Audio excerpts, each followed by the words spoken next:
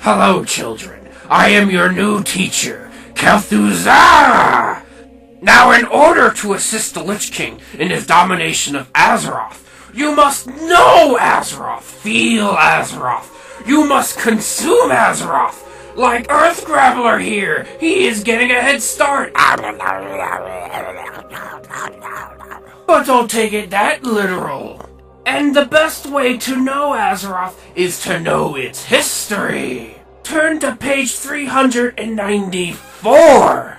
And today, we'll be reading Sargeras and the Betrayal. Eye Gouger, you may begin.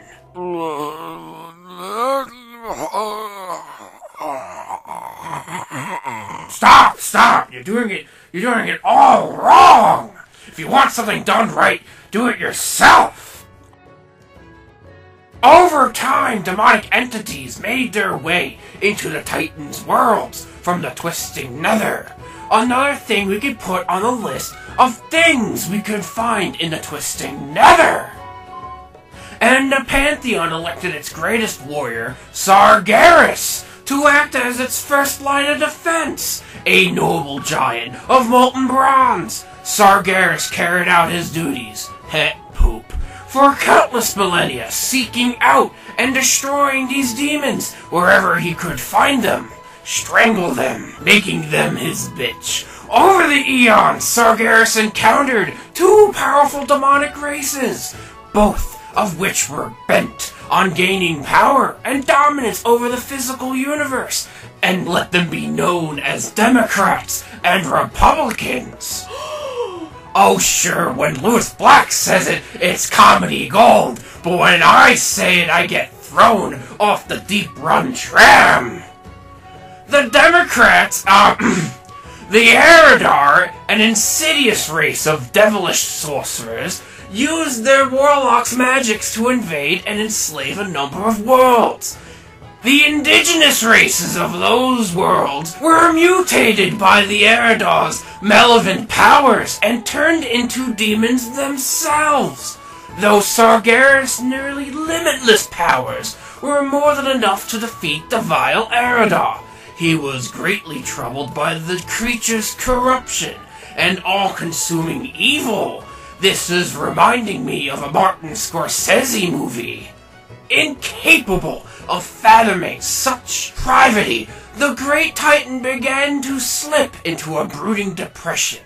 There's not a Zoloft pill large enough to conquer his emo-ness. Despite his growing unease, Sargeras rid their universe of the warlocks by trapping them within a corner of the twisting nether. Go sit in your corner, warlocks. You're in timeout. While his confusion and misery deepened, like Joykiller, Sargeras was forced to contend with another group intent of destructing the Titans' order. The Republicans, the Nathrazim, this dark race of vampiric demons, also known as Dreadlords, conquered a number of populated worlds by possessing their inhabitants and turning them into the Shadow. The nefarious, scheming Dreadlords turned whole nations against one another by manipulating them into unthinking hatred and mistrust, like communism. Sargeras defeated the Nathrazim easily, but their corruption affected him deeply. As doubt and despair overwhelmed Sargeras' senses, he lost all faith not only in his mission, but also in the Titan's vision of an ordered universe. What is this guy, the devil? I didn't realize we were reading the Bible. Eventually he came to believe that the concept of order itself was folly, and that the chaos and depravity were the only absolutes within the dark, lonely universe.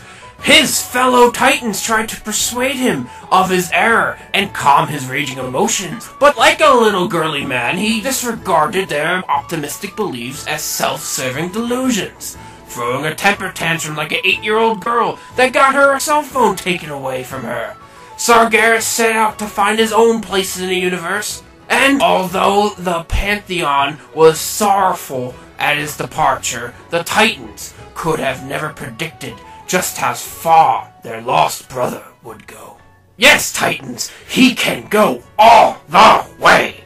By the way, garlic bread is delicious. By the time Sargeras' madness had consumed the last vestiges of his valiant spirit, he believed that the Titans themselves were responsible for creation's failure.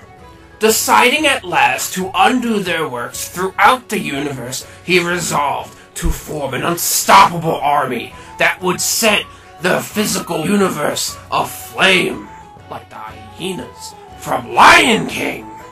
Even Sargeras' titanic form, he became distorted from the corruption that plagued his once noble heart. His eyes, hair, ball sack, and beard erupted in fire, and his metallic bronze skin split open to reveal an endless furnace of blistering hate.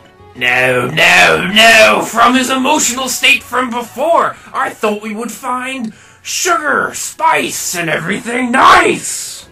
In his fury, you gotta hold on to that fury! Yeah, that's the last thing to go. That's the final hiding place. It's the final fig leaf.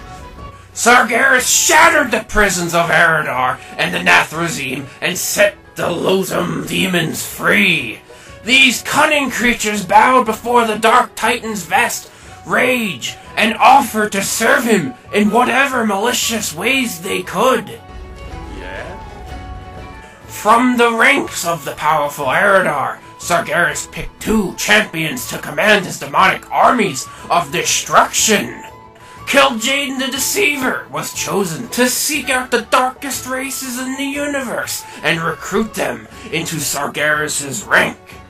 The second champion, Archimon the Defiler, was chosen to lead Sargeras' vast armies into the battle against any who might resist the Titan's will.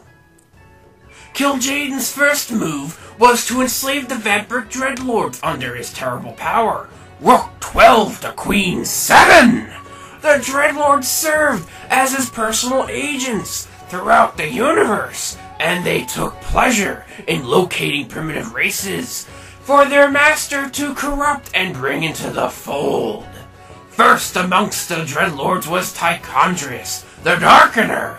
Tichondrius served Kelthuzar as the perfect soldier and agreed to bring Sargeras' burning will to all the dark corners of the universe. The mighty Archimon also empowered agents of his own, calling upon the Malfic Pit Lords. What a horrifying name! Watch out for those Pit Lords! Don't worry, they are hard to kill unless you have deodorant.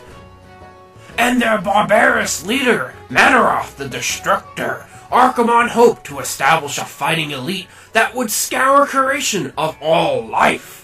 Once Sargeras saw that his armies were amassed and ready to follow his every command, he launched his raging forces in the vastness of the Great Dark.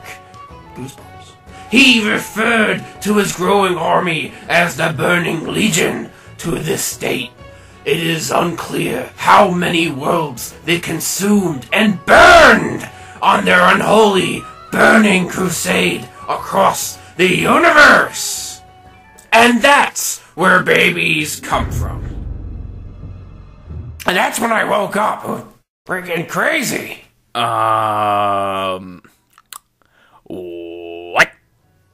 Today's dream was brought to you by Blightguard. Troll sweat stinks. Blightguard works. Pit Lord stinks. Blightguard works. For vanquishing nasty odors away from your armor, use Blightguard. It makes the oldest ghouls stink, smell like a gay blood elf. I'm Kelthuzar the LoreMaster. If I never heard of it, it doesn't exist.